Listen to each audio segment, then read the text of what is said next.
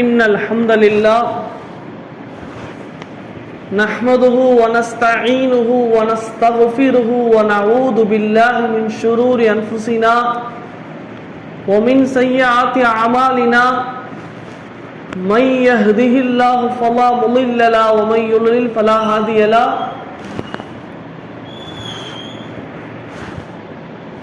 ونشهد أن لا إله إلا الله ونشهد أن محمدا عبده ورسوله صلى الله عليه وسلم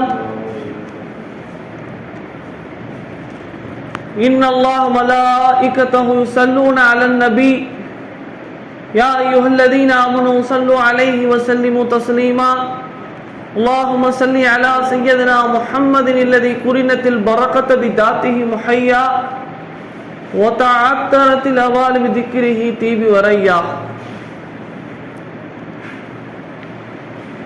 قال الله تعالى في القرآن الكريم وفي الفرقان المجيد بعد بسم الله الرحمن الرحيم يا أيها الذين آمنوا اتقوا الله حق تقاته ولا تموتن إلا وأنتم مسلمون قال النبي صلى الله عليه وسلم الحياء شعبة من الإيمان صدق الله العليم وصدق رسوله النبي الكريم ونحن على ذلك الشاهدين والشاكرين والحمد لله رب العالمين. புகழும் புகழ்ச்சியும் நம் அனைவரையும் படைத்து நம் அனைவருக்கும் உணவளித்தானே அப்படிப்பட்ட அல்லாஹ்வுக்கு எல்லா புகழும். இன்னும் சாந்தியும் சலாமும் பூமான் நபிகள் கோமான் ஸல்லல்லாஹு அலைஹி வஸல்லம் அவர்கள் மீதும் அவர்களின் வழியை பின்பற்றிய உத்தம சத்திய சஹாபாக்கள் தாபிஈன்கள் தபா தாபிஈன்கள் நாதாக்கள் நல்லவர்கள் இங்கு அமர்ந்திருக்கும் அனைவரும் மீதும் என்றென்று வற்றாத நிலவட்டுமாக ஆமீன். அல்லாஹ்வின் மாபெரும் கிருபை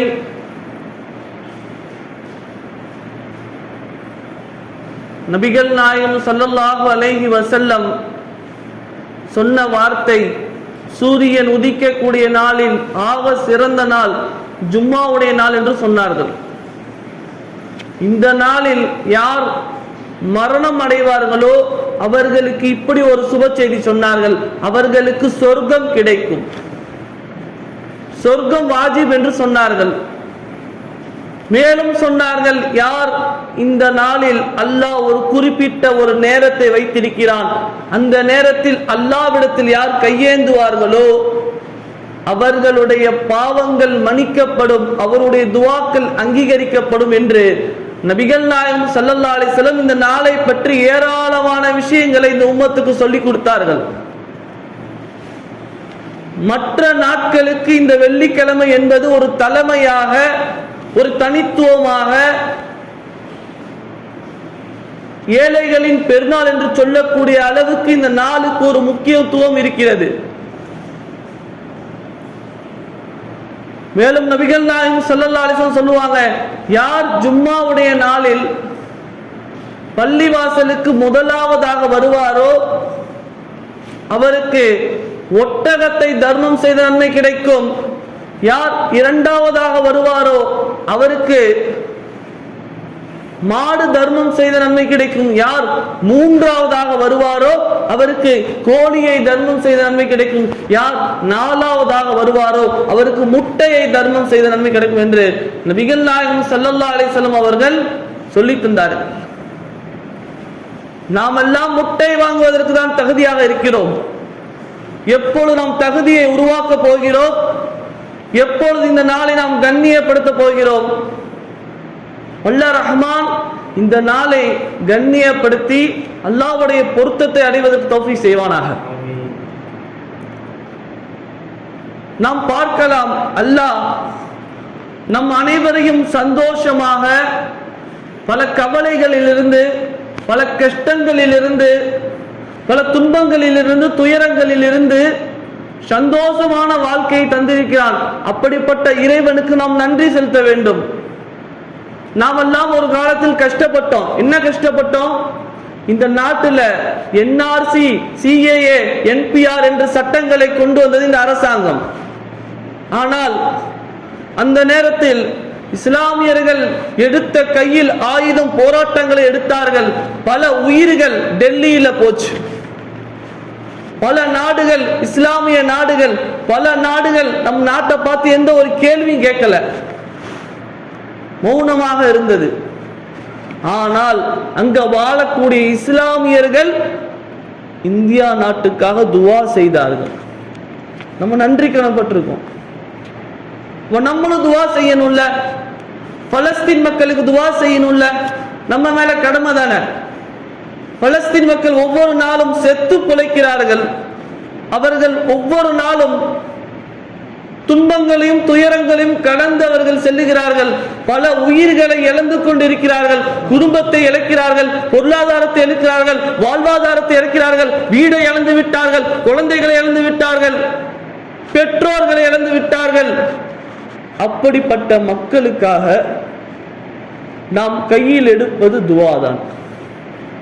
எதுக்கு நான் இதை முன்னாடியே சொல்லிட்டேன்னா, பலஸ்தீன் மக்களை பத்தி நம்ம அதிகமா அவங்களுக்காண்டி துவா செய்யணும்.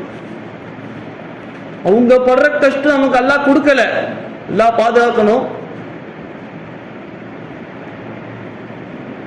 பலஸ்தீன் மக்களுக்கு ஒவ்வொரு நாளும் ஒவ்வொரு நேரமும் அவர்கள் கடப்பதற்கு மிகவும் கஷ்டப்படுகிறார்கள், துன்பப்படுகிறார்கள், துயரப்படுகிறார்கள். நாம் துவாவிலே அவர்களை ஞாபகம் வைத்து அவர்களுக்காக நாம் துவா செய்வது நம் மீது கடமையாக இருக்கிறது.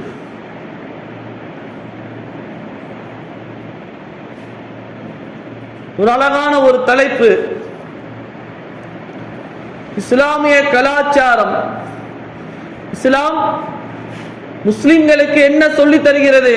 இஸ்லாமியர்கள் எப்படி இருக்க வேண்டும், ஆண்கள் எப்படி இருக்க வேண்டும், பெண்கள் எப்படி இருக்க வேண்டும், அவர்களுடைய ஆடைகள் எப்படி இருக்க வேண்டும், அவர்கள் எதையெல்லாம் பயன்படுத்தலாம், எதையெல்லாம் பயன்படுத்தக்கூடாது என்று இஸ்லாமிய மார்க்கம் முழுக்க முழுக்க நமக்கு பிரித்து கொடுத்து விட்டது. நபிகள் நாயகம் ஸல்லல்லாஹு அலைஹி வஸல்லம் ஆண்கள் இதெல்லாம் பயன்படுத்தலாம், பெண்கள் இதெல்லாம் பயன்படுத்தலாம், ஆண்கள் இதை பயன்படுத்தக்கூடாது, பெண்கள் இதை பயன்படுத்தக்கூடாது என்று இந்த உம்மத்துக்கு சொல்லி கொடுத்து விட்டார்கள். ஒரு இஸ்லாமியர் எப்படி ஆடை அணிய வேண்டும், அவருடைய ஆடை எப்படி இருக்க வேண்டும், கண்ணியமான, பார்ப்பதற்கு ஒரு கண்ணியமான தோற்றத்தோடு இருக்க வேண்டும். இன்னைக்கு பார்க்கலாம், நீட் எக்ஸாமுக்கு தனி ஆடை வந்து விட்டது. நீட் எக்ஸாமுக்கு பெண்களுக்கு தனி ஆடை வந்து விட்டது. ஆனால் இஸ்லாமியர்கள் தொழுகைக்கு வரும் பொழுது நாம் எப்படி ஆடை அணிய வேண்டும் மார்க்கம் நமக்கு சொல்லி தருகிறது. நீங்கள் உங்களில் சிறந்த ஆடைகளை எடுத்து அணிந்து வாருங்கள், நல்ல ஆடைகளை அணிந்து வாருங்கள், ஏனதான வராதீங்க. தொழுகைக்கு வரும்போது உங்க பக்கத்துல முசல்லி நிக்கணும், உங்களை பார்த்து ஓடக்கூடாது.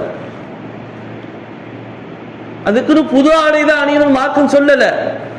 தூய்மையான ஆடை, சுத்தமான ஆடை, உங்கள்கிட்ட எது சிறந்த ஆடையாக இருக்கிறதோ அதை ஜும்மாவுடைய நாளில் அணிந்து வாருங்கள், ஈது பெருநாட்களில் அணிந்து வாருங்கள்.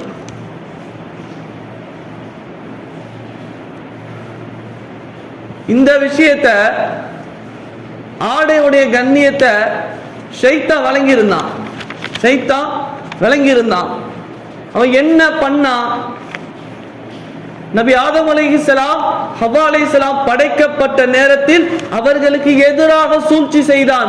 அவர்களை சொர்க்கத்தில் இருந்து அவர்களை கீழே இறக்க வேண்டும், அவர்களுடைய ஆடைகளை உருவ வேண்டும், அவர்களுடைய மானத்தை வாங்க வேண்டும், அவர்களை கேவலப்படுத்த வேண்டும் என்று சைத்தான் நபி ஆதம் அலைஹிஸ்ஸலாத்துக்கும் ஹவ்வா அலைஹிஸ்ஸலாத்துக்கும் எதிராக சூழ்ச்சி செய்தான். நாம் பார்க்கலாம், நமக்கெல்லாம் தெரிந்த வரலாறு தான். ஆனாலும் நபி ஆதம் அலைஹிஸ்ஸலாமும் ஹவ்வா அலைஹிஸ்ஸலாம் படைக்கப்பட்ட நேரத்தில் அல்லாஹ் அவர்களை பார்த்து சொல்லுவான், நீங்கள் சொர்க்கத்தில் எல்லாத்தையும் சாப்பிடலாம், நீங்கள் விரும்பியதை சாப்பிடலாம், ஆனால் ஒரே ஒரு மரத்தை தவிர நீங்கள் அந்த மரத்தின் பக்கம் நெருங்க கூடாது, அந்த மரத்து பக்கம் போகக்கூடாது, அதுல காய்க்கக்கூடிய கனிகளை சாப்பிடக்கூடாது என்று அல்லாஹ் ஒரு மரத்தை தடை செய்தான். ஷைத்தான் அந்த நேரத்தில் என்ன பண்ணா, ஆதம் அலைஹிஸ்ஸலாத்தையும் ஹவ்வா அலைஹிஸ்ஸலாத்தையும் ஒரு சூழ்ச்சி செய்யறான். நீங்க படைக்கிறப்ப அல்லாஹ் உங்களுக்கு ஒரே ஒரு மரத்தை சாப்பிடக்கூடாதுன்னு சொன்னால் அது என்ன காரணம் தெரியுமா? நீங்க சாப்பிட்டீங்கன்னா நீங்க மலக்காக மாறி விடுவீர்கள், மலக்காக மாறி விடுவீர்கள், நீங்கள் சொர்க்கத்திலே நிரந்தரமாக இருப்பீர்கள். அதை காட்டிலும் அல்லாஹ் அதை உங்களுக்கு தடுத்து விட்டான். நீங்கள் சொர்க்கத்தில் நிரந்தரமாக இருக்க வேண்டுமா, நீங்கள் மலாய்க்காக மாற வேண்டுமா, நீங்கள் இந்த பழத்தை சாப்பிடுங்கள் என்று எதிராக சூழ்ச்சி செய்கிறான். அவர்கள் ஷைத்தானுடைய வலையில விழுந்து விட்டார்கள். மாறாக அல்லாஹ் தடுத்த விஷயத்தை அந்த நேரத்தில் அவர்கள் கையெடுத்தார்கள், அந்த பழத்தை சாப்பிட்டார்கள். அல்லாஹ் அந்த நேரத்தில் அவர்களுடைய வெக்கஸ்தலங்கள் ஔரத்து வெளியாகிவிட்டது. சாப்பிட்டதின் காரணமாக, அந்த மரத்தில் உள்ள பழத்தை சாப்பிட்டதின் காரணமாக அல்லாஹ் அந்த 2 நபர்களுடைய வெக்கஸ்தலத்தை, அதாவது மறைவிடத்தை அல்லாஹ் வெளிப்படுத்தி காட்டினான். அவர்கள் என்ன பண்ணாங்க, அந்த நேரத்தில் சொர்க்கத்துடைய இலைகளை கொண்டு அந்த மறைக்க நினைத்தார்கள், மறைக்க முடியவில்லை. காரணம், அவர்கள் சாப்பிட்ட அந்த பழம் அல்லாஹ்வுக்கு தெரிந்து விட்டது. அல்லாஹ் என்ன செஞ்சா, உடனே அந்த 2 நபர்களையும் நீங்கள் சொர்க்கத்தில் இருந்து இருப்பதற்கு நீங்கள் தகுதியை இழந்து விட்டீர்கள், நீங்கள் உலகத்துக்கு போங்க என்று அல்லாஹ் உலகத்திலே இறக்கி வைத்தான். ஷைத்தான் என்ன நினைச்சான், அவர்களுடைய ஆடைகளை புடுங்க வேண்டும், அவருடைய மானத்தை வாங்க வேண்டும் என்று நினைத்தான். அந்த சூழ்ச்சி வலையில் 2 நபர்களும் விழுந்து விட்டார்கள். ஆடையுடைய கண்ணியத்தை ஷைத்தான் விளங்கி இருந்தான். நாம் பயன்படுத்தக்கூடிய அந்த ஆடைகள் எப்படிப்பட்ட ஆடையாக இருக்க வேண்டும்? நபிகள் நாயகம் ஸல்லல்லாஹு அலைஹி வஸல்லம் ஜும்மா தொழுகைக்கு ஒரு ஆடை பயன்படுத்தினார்கள், ஈது பெருநாளைக்கு ஒரு ஆடையை பயன்படுத்தினார்கள், தொழுகைக்கும் தனியா ஒரு ஆடை வச்சிருந்தாங்க. சுத்தமான ஆடை, தூய்மையான ஆடையை பயன்படுத்தினார்கள். மற்ற நாள் உடுத்துவதை போல் தொழுகைக்கு அவர்கள் உடுத்த மாட்டார்கள். அதே போல் அவர்களுக்கு பின்னால் அந்த சஹாபாக்களும் இப்படி செய்தார்கள். அதா ரஹ்மத்துல்லாஹ் அவர்கள் அறிவிக்கிறார்கள், அவர்களிடத்தில் இப்னு அப்பாஸ் ரலியல்லாஹு அவர்கள் வந்தார்கள். வந்த பின்னாடி சொன்னாங்க, சொர்க்கத்துடைய பெண்ணை நான் உங்களுக்கு காட்டவா என்று கேட்டவுடன் அதா ரஹ்மத்துல்லாஹ் அவர்கள் சொன்னார்கள், எனக்கு காட்டுங்கள், யார் அந்த பெண்மணி, அந்த பாக்கியம் அவர்களுக்கு எப்படி கிடைத்தது விளங்க வேண்டும். இப்னு அப்பாஸ் அவர்கள் ஒரு கருப்பு நிற பெண்ணை பார்த்து, இந்த பெண்மணி சொர்க்கத்துடைய பெண்மணி என்று சொன்னார்கள்.